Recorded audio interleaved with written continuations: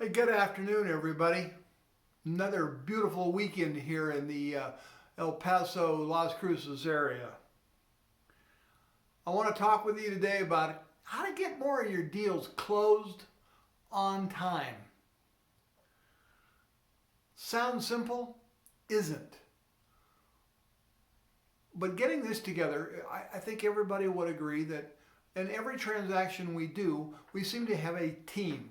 It takes you, the agent from the other side. It takes his or her clients. It takes a lender, an appraiser, an inspector, a title officer. There's always a team. And we need to be leaders to make the team work. So what I'm telling you is the problem I see with what's going on out there is that either everybody wants to be a leader or nobody wants to be a leader. And that creates a leadership void. So what I want you to learn to do is take control. Become the leader. If you represent the buyer, you are in charge. It is up to you and your client to complete the deal. Even if the seller's got repairs to do and other things to happen, it's up to you to make it happen. Now, it hasn't always been that way, and everybody's usually trying to pull their own weight. I understand that. I never told you life was going to be fair. I never told you this business was going to be fair. But you need to take control for your client's perspective, and if you let all of these other people do what they want to do, you're letting them control how much money you can make and when you can make it. So we don't want that part to happen. What that typically means is you need to have some sort of a transactional checklist.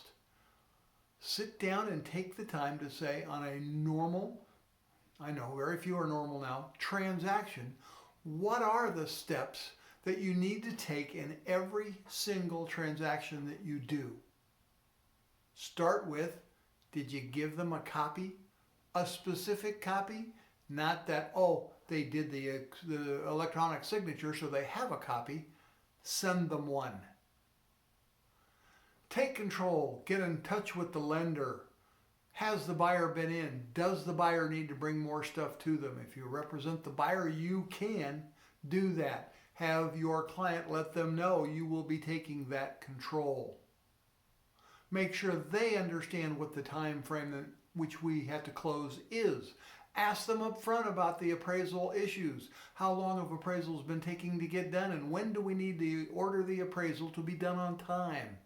Remind them. Same way when it goes to title, you have to remind them. The only way your file remains on top and is scheduled before, 5 days before it's going to close, is if you are noisy enough that it gets moved to the top of the file. Make them pull it out to give you answers.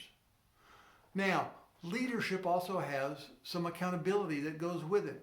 So what does that mean?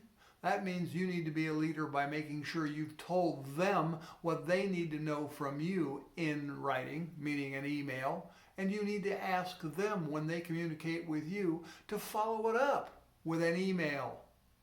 And if they don't, you follow up the conversation with them with an email. Oh, and a CC might be good to your client so that everybody knows when you discuss where we are, and what we need to do, everybody's involved in the discussion. These are the characteristics of a leader, the leader of a team particularly. All of the team knows what their job is, all of the team knows what the goal is, and all of the team pulls one time to get there. So take some time, get this done now, get a checklist going. The only way you can do it every time is if you do it the same way every time. If it's not a habit, it won't get done. That's it for me. Go out and enjoy the rest of this beautiful weekend, and I hope to see you somewhere next week. Take care.